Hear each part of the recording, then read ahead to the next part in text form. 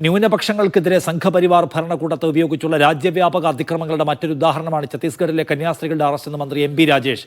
സംഘപരിവാർ വേദഗ്രന്ഥത്തിൽ ഗോൾ വർക്കർ ക്രൈസ്തവരെ ആഭ്യന്തര ശത്രുക്കളെന്നാണെന്നാണ് പറയുന്നത്.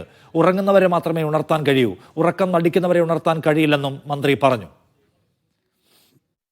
ന്യൂനപക്ഷങ്ങൾക്കെതിരായി സംഘപരിവാർ ഭരണകൂടത്തെ ഉപയോഗിച്ച് രാജ്യവ്യാപകമായി നടത്തുന്ന അതിക്രമങ്ങളുടെ അടിച്ചമർത്തലുകളുടെ മറ്റൊരു ഉദാഹരണമാണ് ഇപ്പോൾ ഉണ്ടായിട്ടുള്ളത്.